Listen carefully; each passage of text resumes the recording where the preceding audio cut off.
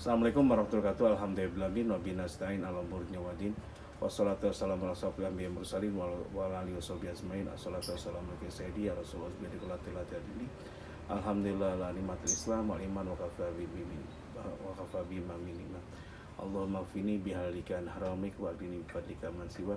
Allahumma la sahla illa ma ja'altahu sahla wa anta tajalul tajati tasala. Ya Allah, berilah kemudahan ya Allah.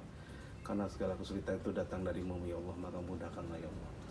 Assalamualaikum warahmatullahi wabarakatuh. Ini kita belajar untuk bahagia yuk gitu. Dan saya belajar dari Profesor Haji Abdul Malik Karim Amrullah yang akrab disebut panggil Buya Hamka dalam tafsir Al-Azhar, menjelaskan banyak yang juga yang tidak menemukan kebahagiaan meskipun dia sudah mencapai maksudnya. Sebenarnya orang mencari kebahagiaan padahal dia udah punya sebenarnya. Cuman dia tidak mau melihat dengan dengan batin yang baik gitu, dengan jernih. Contohnya orang miskin yang mengejar kekayaan sebab dalam bayangannya jika ia kaya, ia akan mampu menolong sesama. Kan banyak orang seperti itu. Akan tetapi setelah ia kaya malah sombong dan kikir. Ada negarawan yang ketika menjadi anggota parlemen atau menjadi biasa berjanji akan menolak segala kezaliman. Namun setelah jadi presiden atau perdana menteri atau bahkan jadi anggota DPR, justru ia sendiri yang menzalimi rakyatnya dengan melakukan korupsi dan yang lainnya. Pada dasarnya mereka yang menilai kebahagiaan dengan materi hanyalah orang-orang yang tertipu sob. Jadi nggak mungkin kebahagiaan itu dengan materi. Karena segala sesuatu yang ada di dunia ini hanya memiliki harga sesuai kemampuan manusia untuk menghargainya. Contohnya sob ya, buku yang syarat ilmu hanya akan dijual kiloan di pasar luak oleh para penjual yang tidak mengerti isinya.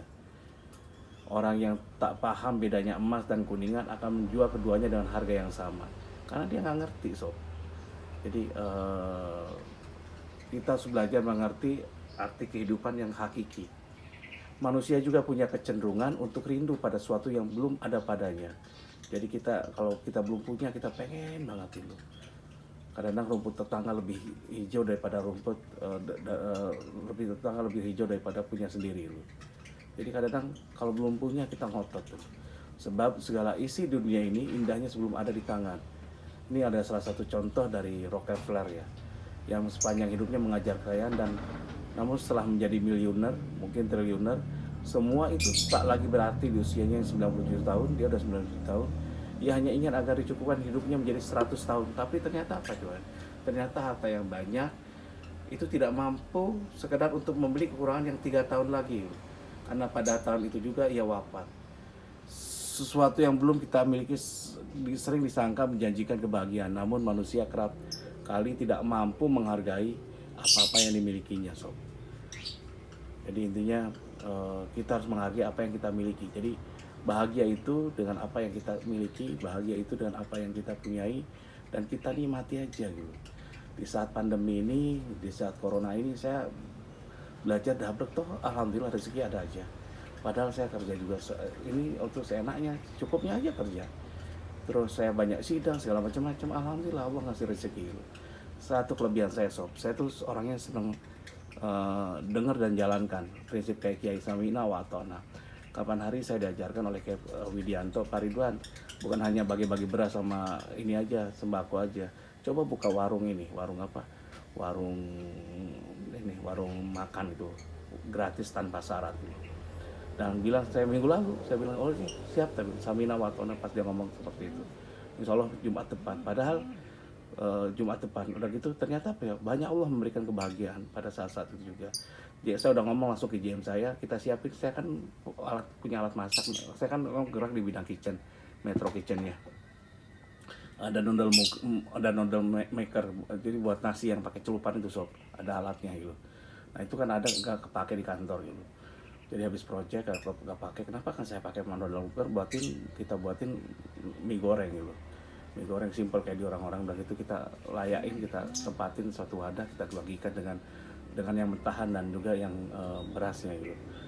Dan insya Allah hari ini Jumat ini mau dibagikan. Belum saya bagikan, kemarin alhamdulillah saya gugatan sederhana GM saya ngomong ke GM saya dan dia udah nyiapin. Ya Allah, mudah-mudahan saya diberi rezeki untuk membiayai ini. Alhamdulillah sob, dapat rezekinya.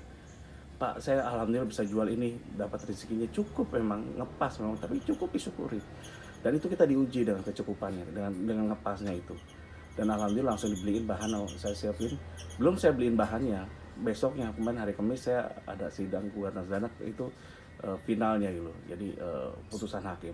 Ternyata gugatan pidana saya menang sob, melawan pengadilan negara itu yang diwakili tim likuidasi LPS BPR Lestari.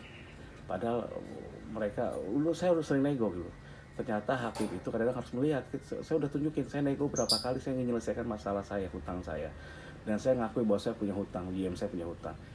Terus kita mau bayar. Saya sudah ngomong ke GM saya, kalau kalah kamu jangan kecewa gitu. Jadi saya mentalnya gini, siap kalah aja. Saya nggak nyogok, subhanallah, bener. Demi Allah, saya tidak nyogok, tidak mengeluarkan sepeser pun gitu. Padahal orang-orang saya lihat banyak kasakusuk sana sini, saya enggak gitu. Dan saya tidak menggunakan pengacara, hanya GM saya dampingi loh. Jadi saya berikan tanah buat GM saya dan manajer saya yang udah lama kerja sama saya. Terus ternyata saya salah pakai riba, uang riba.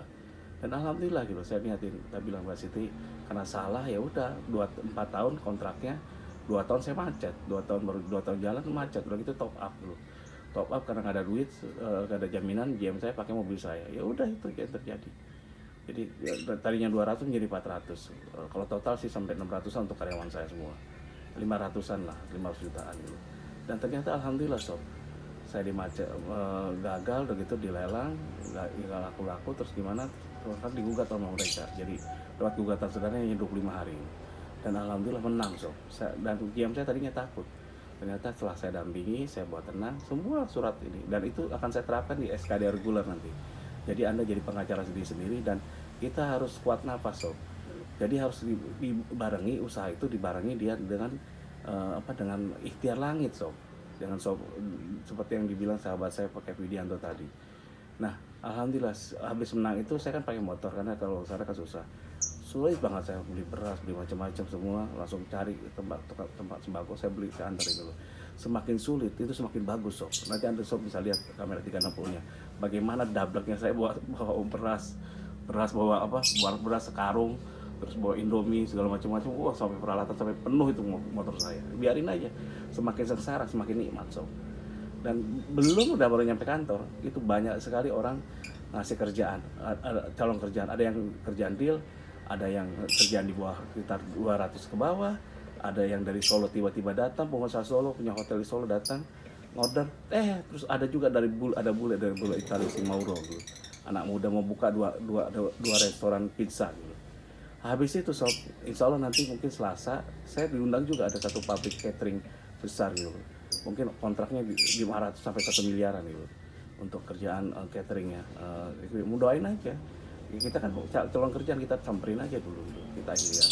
Jadi peluang itu ada sob. Jadi kemarin tuh rame gitu. Padahal saya belum bagiin, baru hari ini saya mau melakukan ini. Karena ini pagi-pagi saya mau ke kantor, saya siapin, saya buka warung gratis tanpa syarat. Jadi hidup di bawah santai aja sob. Tadi ini saya pulang dari subuh, tapi saya tadi agak kesiangan. Jadi harusnya saya bangun tuh 2 jam atau 1,5 jam sebelum subuh. Jadi belum mandi subuh dulu, belum mandi fajar gitu. Jadi langsung tadi tahajud aja cepat-cepat, udah gitu langsung ke masjid. Pulang agak siangan sampai waktu duha gitu. Masuk waktu duha, jalan paling terakhir, nikmati aja, bodo amat gitu. Jadi saya sekarang hidup ini ya, saya buat serius juga percuma, dibuat tegang juga percuma gitu juga, dibuat panik juga percuma. Buat santai aja lah gitu. Kayak gimana kalau saya nggak pasrah aja, minta aja sama Allah, yakin bahwa Allah itu maha baik gitu. Jadi kalau kita waktunya sholat, kita sholat, waktunya kita kerja, nikmati aja. Ini sob, tuh kebun di belakang itu saya nikmati. Saya nggak pakai tukang kebun, saya sendiri. Saya tanam sendiri, saya ini sendiri. Kemarin dapat pohon anggur itu. Saya siapin itu, saya ada buatin taman hijau juga di sana itu. Lihat, alhamdulillah sob. Lihat. Ini saya senang ada pohon pisang. Ini lagi berbuah pisang saya. Demikian saya, kalau salah banyak salahnya, kalau kurang saya gudang kekurangan. Mudah-mudahan kalau Anda terinspirasi, mohon bayar saya dengan mahal. Terus kalau Anda butuh bantuan hukum segala macam-macam, mau bebas riba, WA grup aja 081 5575 04 kali. Terus tapi harus bayar mahal ya sob ya. Bayarannya apa? Doa terbaik. Kalau orang Anda muslim, tambahkan Al-Fatihah 10 kali, salat Nabi 10 kali. Wassalamualaikum warahmatullahi wabarakatuh.